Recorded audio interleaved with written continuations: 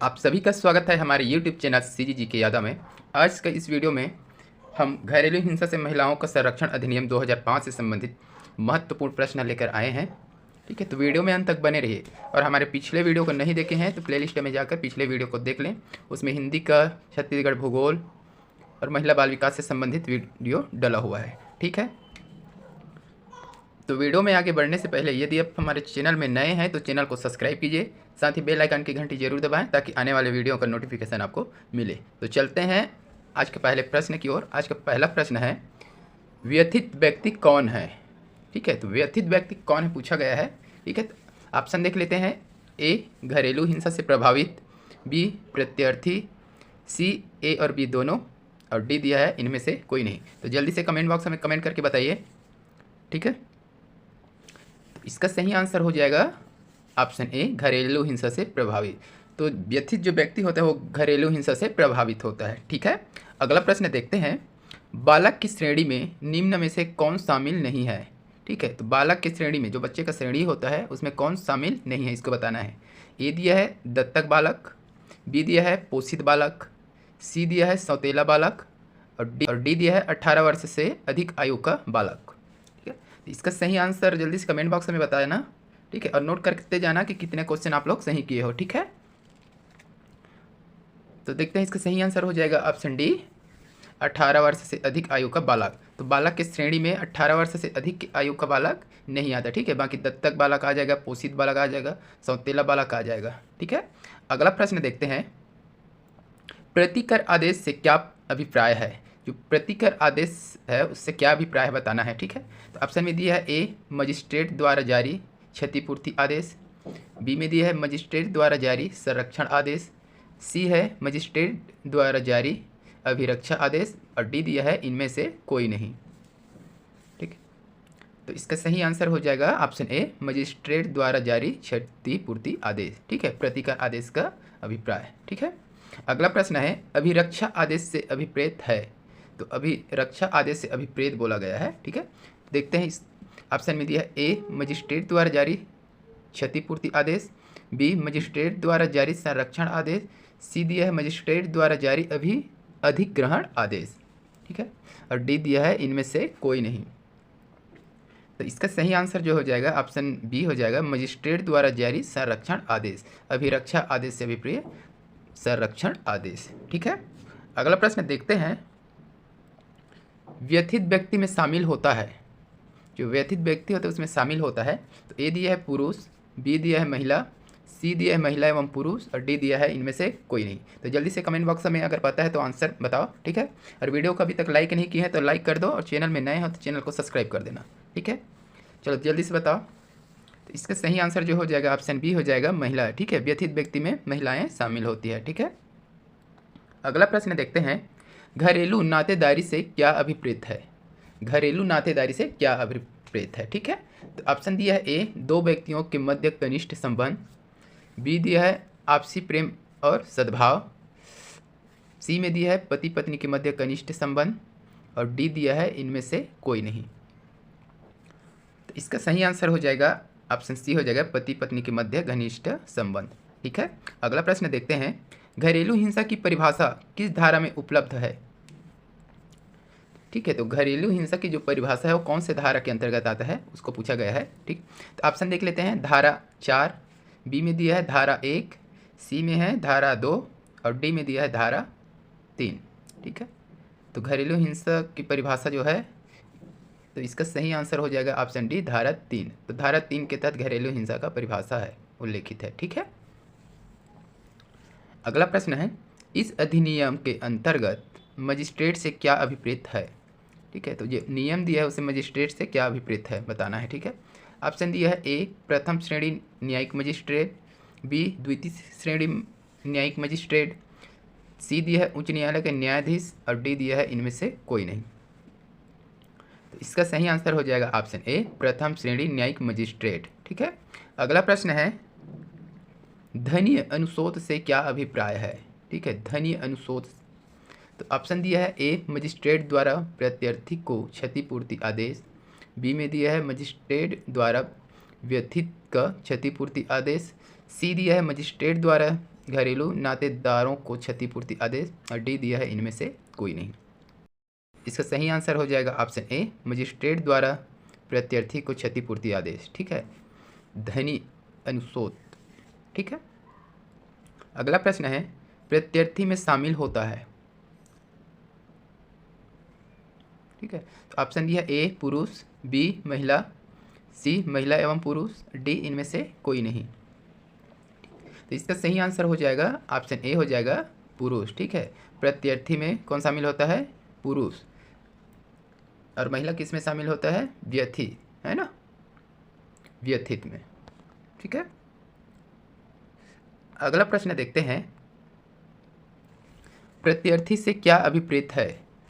तो प्रत्यर्थी से क्या अभिप्रेत है पूछा गया है। ठीक है, प्रत्यर्थी मतलब पुरुष। ठीक है, ऑप्शन देख लेते हैं। ए में दिया है व्यथित पर घरेलू हिंसा कारित करने वाले व्यक्ति। व्यथित पर, जो महिलाएं होती है उन पर घरेलू हिंसा कार्य करने वाला व्यक्ति बोला गया है। बी है व्यक्ति पर घरेलू हिंसा कारित करने वाले व्यक्ति, व्यक्ति पर, किसी भी व्यक्ति पर घरेलू हिंसा कार्य करने वाला व्यक्ति। सी दिया है ए और बी दोनों, और डी दिया है इनमें से कोई नहीं। तो इसका सही आंसर हो जाएगा व्यथित पर घरेलू हिंसा कारित करने वाले व्यक्ति। ठीक है, जो महिलाएं होती हैं उन पर घरेलू हिंसा करने वाला व्यक्ति होता है प्रत्यर्थी।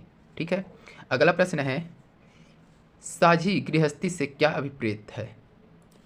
ठीक है, तो ऑप्शन दिया है ए आश्रय गृह, बी पति एवं पत्नी के नातेदारों के मध्य गृहस्थी, सी दिया है पति पत्नी के मध्य गृहस्थी, और डी दिया है इनमें से कोई नहीं। ठीक है, तो साझी गृहस्थी से अभिप्रेत, तो इसका सही आंसर हो जाएगा ऑप्शन सी, पति पत्नी के मध्य गृहस्थी। ठीक है, अगला प्रश्न देखते हैं, घरेलू हिंसा की प्रकृति में शामिल नहीं है। जो घरेलू हिंसा होती है उसकी प्रकृति में शामिल नहीं है। ठीक है, उसको बताना है। देख लेते हैं। ए विवाहेतर संबंधों का संदेह न करना, बी तलाक पर आमादा होना, सी बिना किसी गलती के कसूरवार ठहराना, डी उपर्युक्त में से सभी। तो इसका सही आंसर हो जाएगा ऑप्शन ए, विवाहेतर संबंधों का संदेह न करना। ठीक है, अगला प्रश्न है, घरेलू हिंसा की प्रकृति में शामिल होती है। ठीक है, उसमें शामिल नहीं होता पूछा गया था, इसमें शामिल कौन कौन से हैं उसको बताना है। ठीक है, ऑप्शन दिया है ए मामूली बातों व विवादों को बढ़ाना। ठीक है, ये घरेलू हिंसा ही है। बी में दिया है पारिवारिक विषयों में अभिव्यक्ति का अधिकार न होना। तो जो पारिवारिक विषय होता है उसे अभिव्यक्ति का अधिकार न होना, मतलब शामिल नहीं करते महिलाओं को, है ना। सी में दिया है सगे संबंधियों के समक्ष बार बार अपमान करना। ठीक है, तो किसी के सामने उसको बार बार अपमानित करना। ठीक है, घरेलू हिंसा की प्रकृति में शामिल है। ठीक, और डी है उपर्युक्त में से सभी। तो इसका सही आंसर जो हो जाएगा ऑप्शन डी हो जाएगा, उपर्युक्त सभी, और तीनों जो है घरेलू हिंसा में शामिल है। ठीक है, अगला प्रश्न है, शारीरिक हिंसा की श्रेणी में शामिल है। शारीरिक हिंसा होती है उसके श्रेणी में शामिल है। ठीक है, तो कौन कौन से? ए दांत से काटना, बी मुक्का मारना, सी थप्पड़ मारना, और डी उपर्युक्त सभी। ठीक है, तो जल्दी से कमेंट बॉक्स में बताइए इसका आंसर। और वीडियो को लाइक नहीं किए हैं तो लाइक करते जाइए, चैनल में नए हैं तो चैनल को सब्सक्राइब करते जाइए। ठीक है, तो इसका सही आंसर जो हो जाएगा ऑप्शन डी हो जाएगा, उपर्युक्त सभी। ठीक है, शारीरिक हिंसा की श्रेणी में शामिल दांत से काटना, मुक्का मारना, थप्पड़ मारना, ठीक है, यह सभी शामिल है। अगला प्रश्न देखते हैं, घरेलू हिंसा की प्रकृति में शामिल होती है। घरेलू हिंसा जो होती है उसकी प्रकृति में शामिल होती है। ए दिया है शारीरिक बल का प्रयोग, बी दिया है अभद्र तथा अपमानित भाषा का प्रयोग, सी दिया है कम बुद्धि तथा आत्महत्या करने हेतु उकसाना, और डी दिया है उपर्युक्त में से सभी। ठीक है, तो घरेलू हिंसा की प्रकृति में शामिल शारीरिक बल का प्रयोग आ जाएगा, बी में अभद्र तथा अपमानित करना, ये भी घरेलू हिंसा है। कम बुद्धि तथा आत्महत्या करने हेतु उकसाना, तो किसी को उकसाना भी, आत्महत्या के लिए उकसाना भी घरेलू हिंसा में शामिल है। तो इसका सही आंसर हो जाएगा ऑप्शन डी, उपर्युक्त में से सभी। ठीक है, अगला प्रश्न है, देखते हैं, घरेलू हिंसा की श्रेणियों में शामिल नहीं है। तो घरेलू हिंसा की श्रेणी में शामिल नहीं है उसको बताना है। ठीक है, ए दिया है शारीरिक हिंसा। ठीक है, शारीरिक हिंसा तो शामिल होगा ही। बी मौखिक और भावनात्मक हिंसा, ये भी शामिल है। ठीक है, सी दिया है लैंगिक हिंसा, ये भी है। डी दिया है धार्मिक हिंसा। तो घरेलू हिंसा में शामिल नहीं है, तो वो हो जाएगा इसका सही आंसर ऑप्शन डी हो जाएगा, धार्मिक हिंसा। ठीक है, धार्मिक हिंसा है ना। ठीक है, अगला प्रश्न है, शारीरिक हिंसा की श्रेणी में शामिल नहीं है। जो शारीरिक हिंसा होता है जैसे मारना पीटना, दांत से काटना, मुक्का मारना, ठीक, उसमें शामिल नहीं है पूछा गया है। उसको बताना है। तो ए गाली गलौज करना, तो गाली गलौज शारीरिक हिंसा के अंतर्गत शायद ही आएगा, ऑप्शन देख लेते हैं। बी मारपीट करना, ये तो आएगा। सी लात मारना, ये भी है शारीरिक हिंसा में। डी देख रहे हैं ढकेलना या अन्य किसी तरह से क्षति पहुंचाना, ये भी है शारीरिक हिंसा में। ठीक है, तो एक जो गाली गलौज है ना वो इसका सही आंसर हो जाएगा। ठीक है, तो ऑप्शन ए सही हो जाएगा, गाली गलौज करना शारीरिक हिंसा में नहीं आएगा ये। ठीक है, अगला प्रश्न है मौखिक और भावनात्मक हिंसा की श्रेणी में शामिल है। ठीक है, यह मौखिक और भावनात्मक हिंसा आ गया। ठीक है, तो उसमें शामिल है, उसको बताना है। ठीक है, अपमानित करना मतलब भावनाओं को ठेस पहुंचाना। ठीक है, बी दिया है चरित्र व आचरण पर दोषारोपण करना। ठीक है, ये भी मौखिक हिंसा भावनात्मक हिंसा है। ठीक है, दहेज इत्यादि संबंध में अपमान करना, ये भी आ जाएगा मौखिक और भावनात्मक हिंसा में। और ऑप्शन डी में उपर्युक्त सभी, तो इसका सही आंसर जो हो जाएगा ऑप्शन डी हो जाएगा, उपर्युक्त सभी। ठीक है, ये तीनों जो है बहुत मौखिक और भावनात्मक हिंसा के श्रेणी में शामिल है। ठीक है, तो जल्दी से वीडियो को लाइक करो भाई, नहीं किए हो तो यार, और चैनल को सब्सक्राइब कर लो। ठीक है, अगला प्रश्न देखते हैं। मौखिक और भावनात्मक हिंसा की श्रेणी में शामिल नहीं है, तो वहाँ शामिल था उसको बताया था, शामिल नहीं है आ जाएगा इसमें। ठीक है, तो देखते हैं ऑप्शन दिया ए अपमानित करना, ये तो शामिल है। ठीक है, बी चरित्र व आचरण पर दोषारोपण करना, ये भी शामिल है। सी है शारीरिक पीड़ा या अन्य किसी माध्यम से क्षति पहुंचाना, तो ये शारीरिक पीड़ा हो जाएगा, ये नहीं है। ठीक है, शारीरिक पीड़ा या अन्य किसी चीज़ से हानि पहुंचाना, ये नहीं आएगा इसके अंदर। और डी में दिया है विवाह नहीं करने की इच्छा पर भी विवाह करना। ठीक है, तो इसका सही आंसर हो जाएगा ऑप्शन सी हो जाएगा, शारीरिक पीड़ा या अन्य किसी माध्यम से क्षति पहुंचाना। ठीक है, अगला प्रश्न देखते हैं। आर्थिक हिंसा की श्रेणी में शामिल नहीं है, आर्थिक हिंसा की श्रेणी में शामिल नहीं है उसको पूछा गया है। ऑप्शन देखते हैं। ए बच्चों के अनुरक्षण के लिए धन उपलब्ध न कराना, बी बच्चों के लिए खाना कपड़े और दवाइयाँ उपलब्ध न कराना, सी रोजगार करने से रोकना, और डी घर से निकलने के लिए विवश ना करना। तो इसका सही जो आंसर हो जाएगा ऑप्शन डी हो जाएगा, घर से निकलने के लिए विवश ना करना। ठीक है, बाकी सभी आर्थिक हिंसा की श्रेणी में शामिल है। ठीक है, बच्चों के अनुरक्षण के लिए धन उपलब्ध कराना, ठीक है, नहीं कराओगे तो वो आर्थिक हिंसा के अंतर्गत आएगा। बच्चों के लिए खाना पीना कपड़े दवाएं उपलब्ध नहीं कराए, वो भी आर्थिक हिंसा के अंतर्गत। रोजगार करने से रोकना, ठीक है, कुछ कमाने से रोकना भी आर्थिक हिंसा की श्रेणी में शामिल है। ठीक है, तो घर से निकलने के लिए विवश ना करना, ये जो है आर्थिक हिंसा में शामिल नहीं है। ठीक है, तो इसका सही आंसर जो हो गया ऑप्शन डी हो गया। ठीक है, अगला प्रश्न है घरेलू हिंसा घटित होने की सूचना किस अधिकारी को दी जाती है। जो घरेलू हिंसा होती है उस घटना की सूचना किस अधिकारी को दी जाती है पूछा गया। ठीक है, तो ऑप्शन दिया है ए थाना प्रभारी, बी संरक्षण अधिकारी को, सी प्रथम सत्र न्यायाधीश को, और डी राज्य महिला आयोग। तो इसका सही आंसर जो हो जाएगा ऑप्शन बी हो जाएगा, संरक्षण अधिकारी को। ठीक है, घरेलू हिंसा घटित होने की सूचना संरक्षण अधिकारी को दिया जाता है। ठीक है, अगला प्रश्न है घरेलू हिंसा की सूचना पर पुलिस अधिकारियों सेवा प्रदाताओं और मजिस्ट्रेट का क्या कर्तव्य होता है। ऑप्शन देख लेते हैं। वह व्यथित व्यक्ति को संरक्षण, धनी अभिरक्षा, निवास, प्रतिकर इत्यादि राहत के लिए आवेदन करने का अधिकार की रक्षा।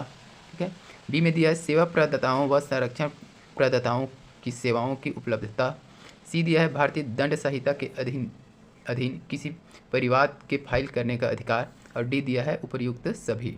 तो इसका सही आंसर जो हो जाएगा ऑप्शन डी हो जाएगा, उपर्युक्त सभी। ठीक है, अगला प्रश्न है देखते हैं। आश्रय गृहों के कर्तव्य के संबंध में किस धारा में उल्लेखित है। तो आश्रय गृह होती है उसके कर्तव्य के संबंध में कौन से धारा में उल्लेखित है। ठीक है, ऑप्शन दिया है ए धारा 6, बी धारा 5, सी धारा 3, और डी दिया है धारा 2। तो इसका सही आंसर जो हो जाएगा ऑप्शन ए हो जाएगा, धारा 6। ठीक है, आश्रय गृहों की कर्तव्य धारा 6 में उल्लेखित है। ठीक है, अगला प्रश्न है चिकित्सीय सुविधाओं के संबंध में किस धारा में उल्लेख है। जो चिकित्सीय सेवा होती है, सुविधाएं होती है, वह किस धारा में उल्लेखित किया गया है उसको पूछा गया है। ठीक है, तो ऑप्शन देख लेते हैं। ए धारा 6, बी में दिया है धारा 5, सी में दिया है धारा 7, और डी में दिया है धारा 2। ये 2 है ना, सुधार लेना। तो इसका सही आंसर हो जाएगा ऑप्शन सी, धारा 7। ठीक है, चिकित्सा सुविधा का उल्लेख धारा 7 में है। ठीक है, अगला प्रश्न है संरक्षण अधिकारी की नियुक्ति संरक्षण अधिकारियों की नियुक्ति कौन करता है? जो संरक्षण अधिकारी होते हैं उसकी नियुक्ति किसके द्वारा किया जाता है, पूछा गया। ठीक, ऑप्शन दिया है ए राज्य सरकार, बी राष्ट्रपति, सी राज्यपाल और डी दिया है उच्च न्यायालय का मुख्य न्यायाधीश। तो जल्दी से कमेंट में बताओ इसका आंसर। तो इसका सही आंसर जो हो जाएगा ऑप्शन ए हो जाएगा राज्य सरकार। ठीक है, संरक्षण अधिकारियों की नियुक्ति राज्य सरकार द्वारा किया जाता है। अगला प्रश्न है, संरक्षण अधिकारियों की नियुक्ति के संबंध में क्या सही नहीं है? ठीक है, मैं छूट गया वहाँ। ठीक है, संरक्षण अधिकारियों की नियुक्ति के संबंध में क्या सही नहीं है? ठीक है, तो ए दिया है नियुक्ति का प्रावधान धारा 8 में किया गया है, बी दिया है संरक्षण अधिकारी संभवतः महिलाएं होती है, सी दिया है इनकी सेवा शर्तों के संबंध राज्य सरकार निबंधन करती है और डी दिया है इनमें से कोई नहीं। तो इसका सही आंसर जो हो जाएगा ऑप्शन डी हो जाएगा, इनमें से कोई नहीं। ठीक है, सभी शामिल है उसमें, है ना। अगला प्रश्न देख लेते हैं, संरक्षण अधिकारियों के कर्तव्यों में शामिल है। ठीक है, तो संरक्षण जो अधिकारी होते हैं उसके कर्तव्यों में शामिल है, उसको बताना है। ठीक है, ए दिया है मजिस्ट्रेट को उसके कर्तव्य निर्वहन में सहायता करना, बी में दिया है मजिस्ट्रेट को घरेलू हिंसा रिपोर्ट को अभिग्रहित करना, सी दिया है व्यथित व्यक्ति को प्रदत्त विधिक सहायता आश्रय गृह व चिकित्सीय सुविधा की सूची तैयार करना और डी दिया है इनमें से सभी। ठीक है, तो इसका सही आंसर जो हो जाएगा ऑप्शन डी हो जाएगा, इनमें से सभी। ये तीनों जो है संरक्षण अधिकारियों के कर्तव्य में शामिल है। ठीक है, अगला प्रश्न देखते हैं, सरकार के कर्तव्यों का उल्लेख किस धारा में किया गया है? जो सरकार है उसके कर्तव्यों का उल्लेख किस धारा में किया गया है उसको पूछा गया है। ठीक है, ऑप्शन देखते हैं, ए धारा 11, बी धारा 8, सी धारा 9 और डी धारा 7। तो इसका सही आंसर हो जाएगा ऑप्शन ए धारा 11। ठीक है, सरकार के कर्तव्यों का उल्लेख धारा 11 में किया गया है। अगला प्रश्न है, निम्न में से किसके द्वारा संरक्षण आदेश पारित किया जाता है? ठीक है, तो संरक्षण आदेश किसके द्वारा पारित किया जाता है? ऑप्शन देखते हैं, ए महिला आयोग, बी मजिस्ट्रेट, सी कलेक्टर और डी थाना इंचार्ज। तो कमेंट बॉक्स में जल्दी से आंसर दीजिए। ठीक है, और वीडियो को लाइक करते जाइए। तो इसका सही आंसर हो जाएगा ऑप्शन बी मजिस्ट्रेट। ठीक है, संरक्षण आदेश पारित कौन करता है? तो मजिस्ट्रेट करता है। ठीक है, अगला प्रश्न देखते हैं, निम्न में से किस यकीन आधारों पर मजिस्ट्रेट संरक्षण आदेश जारी कर सकेगा? जो संरक्षण आदेश है उसे किस नियम या किस आधार पर पारित किया जाता है उसको पूछा गया है। तो ऑप्शन दिया ए घरेलू हिंसा के किसी कार्य को करना। ठीक है, बी घरेलू हिंसा के कार्यों के कारित करने में सहायता या दुष्प्रेषित करना, सी दिया है व्यथित बालक के विद्यालय या अन्य स्थानों पर प्रवेश करना और डी दिया है उपर्युक्त सभी। तो कमेंट जल्दी करके बताइए। तो इसका सही आंसर हो जाएगा ऑप्शन डी हो जाएगा उपर्युक्त सभी। यह तीनों जो है संरक्षण आदेश जारी करने के आधार हैं। ठीक है, अगला प्रश्न है, संरक्षण आदेश किस धारा के अंतर्गत जारी किया जाता है? जो संरक्षण आदेश होता है मजिस्ट्रेट द्वारा जारी किया जाने वाला, वह किस धारा के अंतर्गत किया जाता है? ठीक है, तो ऑप्शन दिया ए धारा 9, बी धारा 18, सी धारा 11 और डी धारा 21। तो इसका सही आंसर जो हो जाएगा ऑप्शन बी हो जाएगा धारा 18। संरक्षण आदेश धारा 18 के अंतर्गत जारी किया जाता है। तो किसके द्वारा किया जाता है? ये मजिस्ट्रेट के द्वारा। ठीक है, अगला प्रश्न है, निवास का आदेश किसके द्वारा जारी किया जाता है? निवास का आदेश किसके द्वारा जारी किया जाता है? ऑप्शन देख लो, प्रश्न को ध्यान से पढ़ना है ना, कंफ्यूज मत होना। तो ऑप्शन में दिया ए महिला आयोग, बी मजिस्ट्रेट, सी कलेक्टर और डी में दिया है थाना इंचार्ज। ठीक है, तो इसका सही आंसर जो हो जाएगा ऑप्शन बी हो जाएगा मजिस्ट्रेट द्वारा। ठीक है, निवास का आदेश मजिस्ट्रेट द्वारा जारी किया जाता है। ठीक है, अगला प्रश्न देखते हैं, धनी अनुतोष का आदेश किस धारा के तहत जारी किया जाता है? धनी अनुतोष। ठीक है, तो किस धारा के तहत जारी किया जाता है? ऑप्शन देखते हैं, ए धारा 7, बी धारा 11, सी धारा 20 और डी धारा 29। तो इसका सही आंसर जो हो जाएगा ऑप्शन सी हो जाएगा धारा 20। धनी अनुतोष का आदेश धारा 20 के तहत किया जाता है। ठीक है, अगला प्रश्न है, निम्न में से कौन कौन निवास आदेश के संबंध में सही है?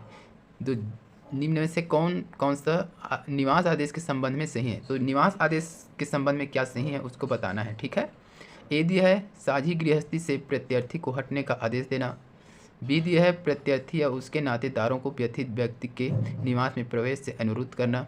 और सी दिया है व्यथित व्यक्ति के साझी गृहस्थी में उसके कब्जे को प्रत्यर्थी को अनुरोध करना। और डी दिया है उपर्युक्त सभी। ठीक है, तो निवास आदेश के संबंध में सही है उसको बताना है। तो इसका सही आंसर जो हो जाएगा ऑप्शन डी हो जाएगा उपर्युक्त सभी। यह तीनों जो है ए बी सी तीनों सही है निवास आदेश के संबंध में। ठीक है, अगला प्रश्न है इस अधिनियम के किस धारा के अंतर्गत कस्टडी आदेश जारी किया जाता है। ठीक है, तो ऑप्शन दिया है ए धारा 7, बी धारा 11, सी धारा 21 और डी धारा 22।